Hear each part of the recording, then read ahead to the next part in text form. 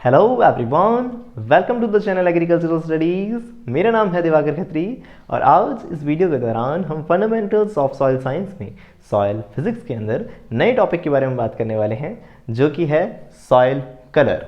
तो आप जानते होंगे कि जो सॉइल कलर है वो सबसे ज़्यादा नोटिसेबल चीज़ है, आसानी से जिसे नोट किया जा सकता है, मतलब देखा जा सकता है। सॉइल के अंदर देख के पता चल जाता है कि सॉइल का कलर कैसा है।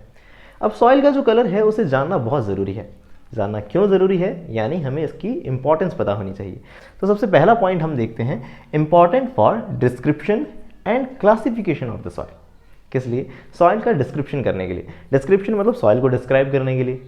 सॉइल को डिस्क्राइब करने के लिए से मेरा मतलब ये है कि मान लीजिए हम सॉइल प्रोफाइल के बारे में बताना चाहते हैं, तो आप जानते होंगे कि सॉइल प्रोफाइल के अंदर अलग अलग होरिजन्स होते हैं और अलग अलग होरिजन्स के अंदर हम देखते हैं कहीं ना कहीं कलर अलग अलग देखा जाता है।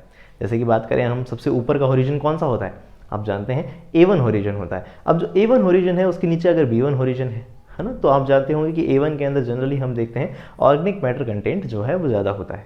और सॉइल के अंदर अगर ऑर्गेनिक मैटर ज़्यादा होता है ना, ऐसा मटेरियल आप जो जानते हैं जो कहीं ना कहीं डिकम्पोज हुआ है प्लांट से या एनिमल से, डिकम्पोज हुआ मटेरियल जिसे हम ऑर्गेनिक मैटर कहते हैं, वो अगर सॉइल में ज़्यादा है तो मतलब वो जोन जो है या वो जो होरिजन है वो डार्क कलर का दिखाई देता है हमें।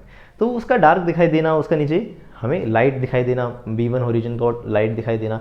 ऑन एन हम देखते हैं सो ऑन नीचे जो होरिजन्स हैं उनके अंदर अलग अलग कलर्स अगर हमें देखे जाएंगे तो हम उसे आसानी से डिस्क्राइब कर सकते हैं सॉइल को या सॉइल प्रोफाइल को। कहने का मतलब ये है कि हमें सॉइल का डिस्क्रिप्शन करने के लिए सॉइल कलर हेल्पफुल है। साथ में क्लासिफिकेशन ऑफ सॉइल के लिए भी ये इंपॉर्टेंट है। अब क्लासिफिकेशन के लिए कैसे इंपॉर्टेंट, तो आपने अगर पिछला वीडियोस देखे हैं जिसमें हमने एपिपोडॉन और एंडोपेडॉन के बारे में बात करी थी, क्लासिफिकेशन ऑफ सॉइल, इसके ऊपर पूरी कंप्लीट एक सीरीज बना चुका हूं मैं। उसमें हमने एपिपेडॉन और एंडोपेडॉन के बारे में बात करी थी। तो वहाँ मौलिक एपिपेडॉन जो है वो डार्कर कलर में देखा जाता है। तो कहने का मतलब ये है कि क्लासिफिकेशन में भी हमें एपिपेडॉन, एंडोपेडॉन, वहाँ हमें उसके अंदर कलर्स की जरूरत पड़ती है। तो सॉइल कलर को हम वहाँ डिस्क्राइब करते हैं। तो सॉइल के डिस्क्रिप्शन और क्लासिफिकेशन में सॉइल कलर इंपॉर्टेंट है, राइट। उसके बाद हम देखते हैं relevance to soil constituent. Soil के अंदर क्या कंपोजिशन है, उसमें क्या कंस्टिट्यूएंट्स हैं। कंस्टिट्यूएंट्स मतलब उसमें मिनरल्स तो हैं, लेकिन मिनरल्स भी किस तरह के हैं, कितने हैं, ऑर्गेनिक मैटर कितना है, मतलब उसके क्या क्या हिस्से हैं सॉइल के अंदर, वो हम कहीं ना कहीं अंदाज़ा लगा सकते हैं। किससे? सॉइल कलर से। जैसे कि हम बात कर सकते हैं कि अगर मान लेते हैं सॉइल लाइट कलर की है, यानी ब्राइट कलर सी है ना, मतलब फीकी सी है, ज़्यादा डार्क नहीं है, तो उसका मतलब आप क्या समझ सकते हैं कि उसमें क्वार्ट्ज कंटेंट जो है वो ज़्यादा है, यानी हम देखते हैं उसमें सैंड मटेरियल जो है वो ज़्यादा होता है। तो ऐसी कंडीशन के अंदर हम समझ सकते हैं सॉइल कंस्टिट्यूएंट्स जो है अल्टीमेटली हमें क्या बताते, मतलब सॉइल का कंस्टिट्यूएंट्स हम जान सकते हैं सॉइल से, सॉइल के कलर से उसका आइडिया लग सकता है। डार्क कलर की है तो आप जानते ही हैं कि सॉइल के अंदर ऑर्गेनिक मैटर कंटेंट ज़्यादा हो सकता है ना। तो इस तरह से हम देख सकते हैं relevance to the soil constituent. तीसरा हम देख सकते हैं कि soil colour tells about soil condition. Soil की कंडीशन जो हमारे लिए हेल्पफुल हो सकता है। सॉइल की कंडीशन यानी हम समझ सकते हैं कि वो फर्टाइल है या नहीं है सॉइल, है ना, फर्टाइल है या नहीं है। ऐसे जैसे कि आप उसी से रिलेट कर सकते हैं कि लाइट कलर सॉइल है तो इसका मतलब आप ये समझ सकते हैं, या रेड कलर सी सॉइल है तो उसका मतलब हम ये समझ सकते हैं कि उसमें वीदरिंग बहुत ज़्यादा हुई है। वीदरिंग ज़्यादा हुई है तो वो कम फर्टाइल होगी सॉइल, है ना। मोस्ट वीदर्ड होरिजन मैंने आपको पहले बताए हैं, है ना। और मोस्ट वीदर ऐसे टर्म्स हमने बात करी थी। मोस्ट वीदर्ड सॉइल कौन सी मानी जाती है सॉइल्स ऑफ इंडिया के अंदर, इस तरह के क्वेश्चंस आपने पहले पढ़े हैं। अगर इनके जवाब आप जानते हो तो मुझे कमेंट सेक्शन में ज़रूर बताइएगा। तो अभी हम बात कर रहे हैं कि सॉइल कंडीशंस जो है उसको भी रिप्रेजेंट कर सकता है कौन? Soil colour. साथ में हम देख सकते हैं ऑर्गेनिक मैटर कंटेंट, मॉइस्चर को भी समझिए। मान लेते हैं सॉइल के अंदर मॉइस्चर ज़्यादा है, ड्राई से मॉइस्ट हो रही है सॉइल, ड्राई से मॉइस्ट हो रही है, तो ऑफकोर्स उसके अंदर क्या होगा, कलर जो है वो थोड़ा डार्कर होने लगेगा। तो आप इस बात से समझिए कि सॉइल कलर जो है हमें क्या बता सकता है, सॉइल कंडीशंस बता सकता है। हम उसका आइडिया लगा सकते हैं कि सॉइल फर्टाइल है या नहीं है ना। चौथा हम देख सकते हैं gives useful indication of soil forming processes. Soil के फॉर्मेशन के अलग अलग कई तरह के प्रोसेस होते हैं जो हमने पीछे डिटेल्स में पढ़े हैं। केमिकल वीदरिंग वाला टॉपिक जो था उसमें हमने जाना था कि हाइड्रेशन हमने देखा था, ऑक्सीडेशन, रिडक्शन, है ना। तो ऐसी सारी चीज़ें जब होती हैं सॉइल के अंदर तो उसके अंदर सॉइल के कलर्स चेंज होते हैं। हाइड्रेशन के अंदर, है ना, आपने जाना था जैसे कि हेमेटाइट जो प्रेजेंट है तो कहीं ना कहीं रेड कलर सी सॉइल है, उसका हाइड्रेशन होता है, फिर वो लिमोनाइट में बदल सकता है, लिमोनाइट येलो कलर का होता है, तो सॉइल रेड से येलो क्यों हो रही है। तो ये सब चीज़ें जो है हमें आइडिया दे सकती हैं। उसका कलर जो है, सॉइल का कलर जो है वो हमें आइडिया दे सकता है कि सॉइल में कौन कौन से सॉइल फॉर्मिंग प्रोसेसेस हो रहे हैं। या इसका एक बेस्ट एग्जांपल अब आपको याद रह सकता है कि वाटर लॉग्ड कंडीशन, कि पानी अगर रुका हुआ है सॉइल के अंदर तो कहीं ना कहीं सॉइल जो है वो क्या होगी, ग्रेइश हो जाएगी, है ना, काली सी हम देख सकते हैं, ग्रेइश और साथ में ग्रीनिश, ब्लूइश, इस तरह के वर्ड यूज़ करते हैं हम वहाँ पे। ग्लेइजेशन प्रोसेस पढ़ा था हमने, याद है आपको? नहीं है याद तो प्लीज़ उन वीडियोस को भी ज़रूर चेक करिएगा। तो कहने का मतलब यह है कि सॉइल फॉर्मिंग प्रोसेसेस को का भी आइडिया देते हैं हमें कौन, सॉइल कलर। ओके, अब जो हिस्सा है नीचे का वो बेहद इंपॉर्टेंट है, यहाँ मैंने लगाया भी है इंपॉर्टेंट, तो आप इसे ज़रूर याद रखिएगा। क्या याद रखेंगे आप कि types of soil colour. Soil colour को दो तरह के टाइप्स के रूप में हम समझते हैं। पहला टाइप जो है वो है लिथोक्रोमिक कलर। कौन सा? लिथोक्रोमिक कलर। लिथोक्रोमिक कलर का मतलब है colour of soil developed from PM. PM कौन है? प्राइम मिनिस्टर नहीं है, कौन है? Parent material. पेरेंट मटेरियल से हम देखते हैं जो कलर डेवलप होता है उसे हम क्या कहते हैं? लिथोक्रोमिक कलर कहते हैं, याद रखिएगा। एग्जांपल, रेड कलर अगर डेवलप हो रहा है रेड सैंडस्टोन से, रेड सैंडस्टोन नाम का एक रॉक है, उससे अगर हम देख सकते हैं सॉइल बन रही है, तो लाल पेरेंट मटेरियल था और लाल ही सॉइल बन गई, तो इसका मतलब इसे हम क्या कह सकते हैं? लिथोक्रोमिक कलर कह सकते हैं। याद रहेगा, ज़रूर याद रखिएगा। और दूसरा हम देख सकते हैं जो कि है पीडोक्रोमिक कलर। कौन सा? पेडोक्रोमिक कलर। पेडोक्रोमिक कलर का मतलब जो सॉइल फॉर्मिंग प्रोसेसेस की वजह से अलग कलर आता है। सॉइल फॉर्मिंग प्रोसेस आपने अगर पिछले वीडियोस देखे हैं तो आपको ये कॉन्सेप्ट क्लियर होगा कि रॉक्स से हम देख सकते हैं एक तरह से रेगोलिथ बनता है, रेगोलिथ के ऊपर बहुत सारी प्रोसेस होती हैं, सॉइल फॉर्मिंग प्रोसेस, उससे सॉइल डेवलप होती है। तो मैं कह रहा हूँ अलग अलग सॉइल फॉर्मिंग प्रोसेस की वजह से जो कलर आता है उसे हम कहते हैं पेडोक्रोमिक कलर। जैसे हम लिखा भी है यहाँ पे कि colour bye soil forming processes. For example, granite नाम की अगर हमारे पास रॉक है और ग्रेनाइट्स या नीस या हम देख सकते हैं सिस्ट, है ना, इस तरह की जो हम देखते हैं रॉक्स हैं, उनसे अगर मान लेते हैं रेड सॉइल डेवलप हो रही है, तो ये हम पेरेंट मटेरियल तो लाल नहीं था लेकिन फिर भी हम देख रहे हैं कि जो सॉइल बन रही है वो रेड है, तो उसके रीजंस हम क्या कह सकते हैं? वो पीडोक्रोमिक कलर के अंदर आएंगे। किसके अंदर आएंगे? पीडोक्रोमिक कलर के आएंगे। साथ साथ में बोलिए भी इन दोनों नामों को, क्या?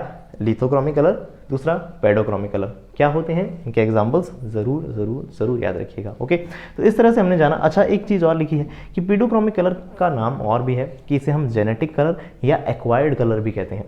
क्या कहते हैं? जेनेटिक कलर या एक्वायर्ड कलर भी कहते हैं, इसे ज़रूर याद रखिएगा। तो इस तरह से ये जो नीचे का पोर्शन है ना वो तो बहुत इंपॉर्टेंट है, ये कॉन्सेप्चुअल ही इंपॉर्टेंट है। अच्छा, यहाँ से ऐसे भी क्वेश्चन बन सकता है आपसे कि what are the factors affecting the soil colour. तो फैक्टर्स लिख सकते हैं ना आप, जैसे कि फैक्टर लिख सकते हैं ऑर्गेनिक मैटर, कि ऑर्गेनिक मैटर बढ़ता है तो कलर डार्क होने लगता है सॉइल का। आप लिख सकते हैं कि वीदरिंग का प्रोसेस, अगर जितनी ज़्यादा वीदर्ड होती है सॉइल तो उसका मतलब वो रेड कलर की उतनी ज़्यादा होती है। मॉइस्चर का आप लिख सकते हैं, जैसे जैसे मॉइस्चर बढ़ता है सॉइल डार्क होती जाती है। फेरस, और हम देख सकते हैं कि अलग अलग तरह के मिनरल्स जो हैं उनका जैसे जैसे ऑक्सीडेशन या रिडक्शन होता है, तो मतलब अलग अलग प्रोसेसेस लिख सकते हैं कि अलग अलग oxidation, reduction, water logging conditions, ऐसी कंडीशंस होती हैं तो कलर चेंज होता है। तो इस तरह से आप लिख सकते हैं ना, what are the factors affecting the soil forming soil colours, लिख सकते हैं, बिल्कुल लिख सकते हैं। तो इस तरह से हमने जाना क्या, what is the importance of soil color, and the second thing is that is very very very important, which is types of soil colour. Okay, तो इसे आप जरूर याद कर लेंगे और नोट कर लेंगे। अब नेक्स्ट स्लाइड में हम जानेंगे कि सॉइल कलर का डिटर्मिनेशन कैसे किया जाता है, हम कैसे पता लगाते हैं सॉइल का कलर क्या है। ओके, साथ में मैं आपको बताना चाहूँगा कि इस वीडियो से जो पहले की वीडियोस हैं उनके अंदर हम फंडामेंटल्स ऑफ सॉइल साइंस के कई सारे टॉपिक्स ऑलरेडी कवर कर चुके हैं। कई सारे टॉपिक्स से मेरा मतलब ये है कि हम पीडोलॉजी के सभी टॉपिक्स कवर कर चुके हैं, हम सॉइल फिजिक्स के काफ़ी सारे टॉपिक कवर कर चुके हैं, हम देख सकते हैं क्या कर चुके हैं, और हम सॉइल वाटर के ऊपर बहुत अच्छे से बात कर चुके हैं, सॉइल एयर के बारे में अच्छे से बात कर चुके हैं। तो प्लीज़ अगर इस वीडियो से पहले की वीडियोज़ आपने नहीं देखे हैं तो उनके लिंक ऊपर आई बटन के साथ नीचे डिस्क्रिप्शन बॉक्स में अवेलेबल हैं, आप चाहें तो उन्हें देख सकते हैं।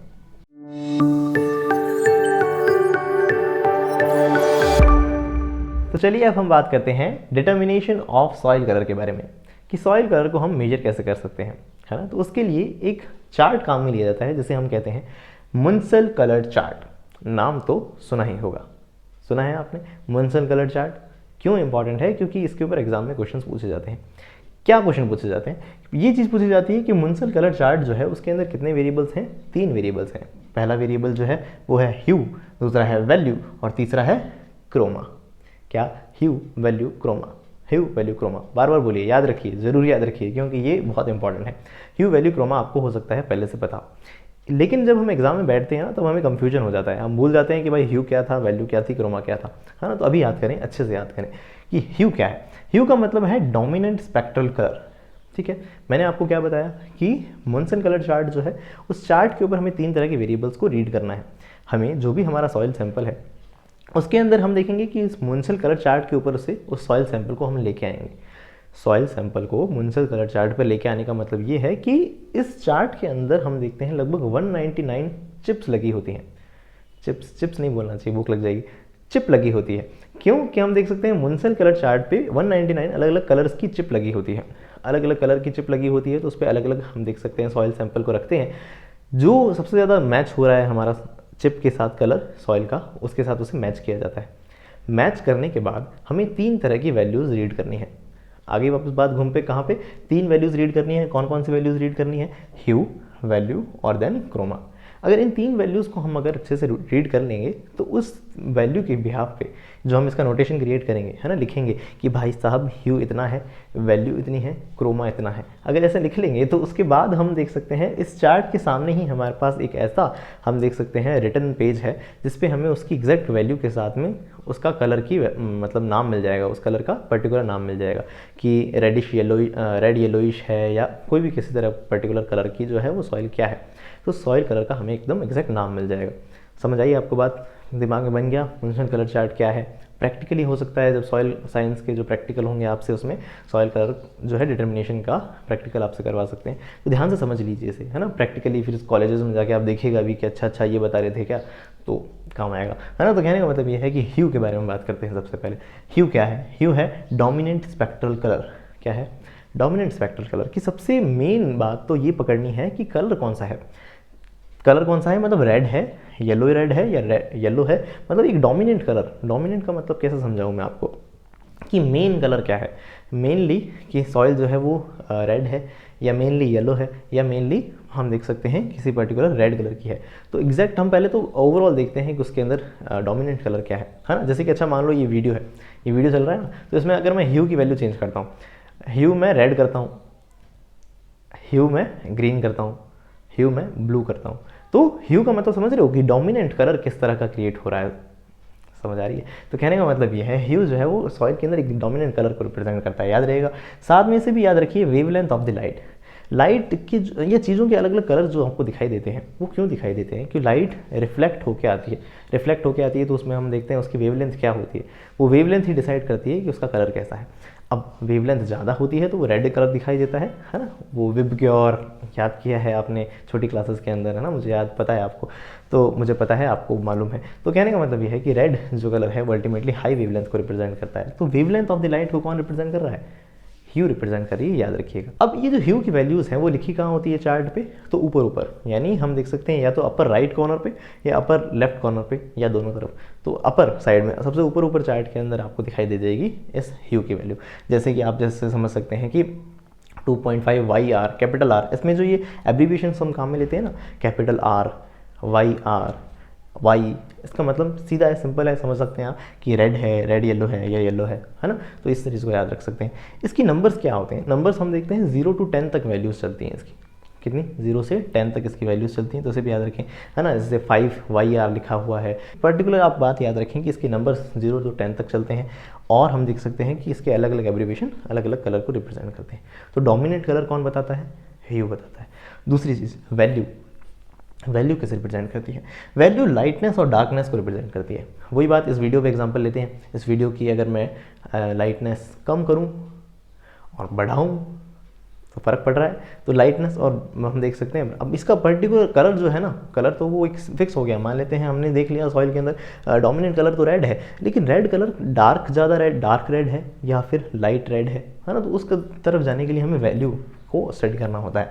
तो हम वैल्यू को हम कह सकते हैं अमाउंट ऑफ रिफ्लेक्टेड लाइट। कितनी लाइट का अमाउंट कितना ज़्यादा है, कितनी ज़्यादा रिफ्लेक्ट हो रही है तो उतनी ज़्यादा वो वाइटनेस उसके अंदर ब्राइटनेस उसमें वाइटनेस होगी। और जितनी कम लाइट रिफ्लेक्ट हो रही है, भले ही वो है रेड, लेकिन रेड ज़्यादा रिफ्लेक्ट नहीं होकर आ रहा, अमाउंट कम रिफ्लेक्ट होकर आ रहा है, तो उसका मतलब वो लाल कलर डार्क दिखाई देगा।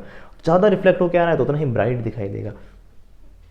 वो वैल्यू किस रिप्रेजेंट करती है? लाइटनेस या डार्कनेस, या ओवरऑल कहूँ मैं ब्राइटनेस को रिप्रेजेंट करती है।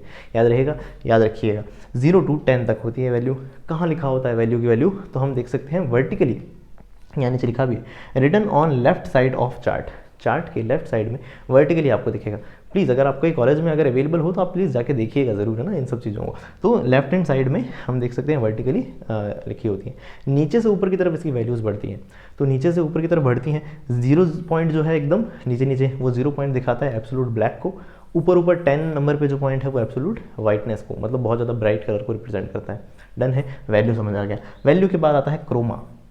गूगल क्रोम के ऊपर आप देखते हैं ना अलग अलग कलर्स आते हैं उसके आइकन में, है ना। तो क्रोमा का मतलब क्या है कि प्योरिटी ऑफ कलर, कि भाई रेड है तो कितना प्योर रेड है ना। वैसे आपको पता है वाइट लाइट जो है 7 रंगों से मिलकर बनी है, सिर्फ एक एग्जैक्ट कलर को पकड़नी है, तो वो कितना प्योर है उस सॉइल के अंदर। तो उसकी प्योरिटी ऑफ कलर को कौन रिप्रेजेंट करता है? क्रोमा रिप्रेजेंट करता है। और उसके बाद स्ट्रेंथ ऑफ द कलर भी इसे कहा जाता है, कि किसी कलर की पर्टिकुलर स्ट्रेंथ कितनी है उसे कौन बता सकता है? हमें क्रोमा बता सकता है। तो ज़रूर याद रखेंगे आप। इसके नंबर्स 0 to 20 चलते हैं। कहाँ लिखा होता है चार्ट पे? Written at the bottom of the chart. Chart के नीचे नीचे इसकी वैल्यूज 0 से 20 तक जा सकती हैं। एक स्लैश लगा के लिखा होता है, स्लैश लगा हुआ है और अलग अलग वैल्यूज़ दिखती हैं उसके ऊपर, है ना। चार्ट आप, मेरी कोशिश है आपके सामने रिप्रेजेंट हो जाए स्क्रीन पे, तो आप उसे देखें कि हम देख सकते हैं 0 to 20 तक हम देख सकते हैं लिखी हो सकती हैं वैल्यूज 0 to 20। और कमी ऐसे तो जनरली कम ही लिखी होती हैं, लेकिन इसमें लिखा जाता है बुक्स के अंदर कि 0 to 20 तक होती हैं इसकी वैल्यूज़। और जो है जितनी ज़्यादा वैल्यूज़ होती जाएंगी उतना ही हम देखते हैं उसकी प्योरिटी को रिप्रेजेंट किया जाएगा कलर, कि उतना ही रेड में भी रेड कितना रेड प्योरिटी उसकी रिप्रेजेंट करती है। तो इस तरह से हमने समझा ह्यू, वैल्यू और क्रोमा क्या होती है। अगर हमने ह्यू, वैल्यू और क्रोमा पता कर ली, मुंसल कलर चार्ट पे सॉइल सैंपल ले गए और उसके ऊपर हमने ह्यू क्या है भाई साहब, वैल्यू क्या है भाई साहब, क्रोमा क्या है भाई साहब, ये जान लिया, एक जगह नोट कर लिया। अच्छा, नोटेशन का सीक्वेंस पूछ सकते हैं, है ना। सबसे पहले नोट करते हैं ह्यू की वैल्यू, जिसके आगे एक एब्रीविएशन लगाया जाता है, फिर वैल्यू और फिर क्रोमा। वैल्यू और क्रोमा के बीच में एक स्लैश होता है, क्योंकि मैंने बताया ना क्रोमा के आगे एक स्लैश का मतलब समझते हो, टेढ़ी डंडी, है ना। तो हाँ, इतना बताने की जरूरत नहीं है, तो वो स्लैश होता है। तो ये 5/6 इस तरह से वैल्यूज़ लिखी होती है। तो इस तरह से नोटेशन का भी सीक्वेंस याद रखें, ह्यू वैल्यू क्रोमा ही है। और साथ में इसका जब नोटेशन हम कर लेते हैं तब सामने एक चार्ट है जिसके ऊपर जाके ढूंढते हैं कि अच्छा ये जो हमने जो लिख के लाए हैं वो क्या हो रहा है, उसको मैच करते हैं और मैच करके एग्जैक्ट वैल्यू हमें, मतलब एग्जैक्ट नाम पता चल जाता है सॉइल कलर का। ठीक है, तो इस तरह से हमने जाना सॉइल कलर का डिटर्मिनेशन किस तरह से किया जाता है। ठीक है, पीछे एक पॉइंट मैंने रह गया बताना कि what is the importance of soil colour. Soil colour की इंपॉर्टेंस में एक इंपॉर्टेंट पॉइंट आता है सॉइल टेम्परेचर। सॉइल जितनी डार्क होती है सॉइल का टेम्परेचर उतना ही ज़्यादा होता है। आइडल ब्लैक बॉडी आपने कभी हो सकता है पढ़ी हो, है ना, कि जितनी ज़्यादा काली होती है चीज़ उतना ही ज़्यादा जल्दी गर्म हो जाती है। तो सॉइल जितनी डार्क होती है उतना ही ज़्यादा हम देख सकते हैं उसका सॉइल टेम्परेचर ज़्यादा हो सकता है। तो इस तरह से हमने आज क्या जाना, सॉइल कलर के बारे में जितनी भी इंपॉर्टेंट बातें थी, जितने इंपॉर्टेंट क्वेश्चंस बन सकते थे, मेरी कोशिश थी आपके सामने मैं आपको रिप्रेजेंट कर सकूँ। तो ये था हमारा आज का वीडियो, और हमेशा की तरह इस वीडियो में मैंने आपको जो कुछ एक्सप्लेन किया है उसकी मेरी कोशिश है उसकी एक PDF फॉर्मेट नीचे डिस्क्रिप्शन बॉक्स में अवेलेबल हो, आप चाहें तो उसे डाउनलोड करके आराम से पढ़ सकते हैं। साथ में आपसे रिक्वेस्ट करूँगा आप इस वीडियो को लाइक ज़रूर करें, अपने फ्रेंड्स के साथ इसे शेयर ज़रूर करें, और साथ में इसी तरह के वीडियोज़ के लिए जुड़े रहिएगा एग्रीकल्चरल स्टडीज़ से।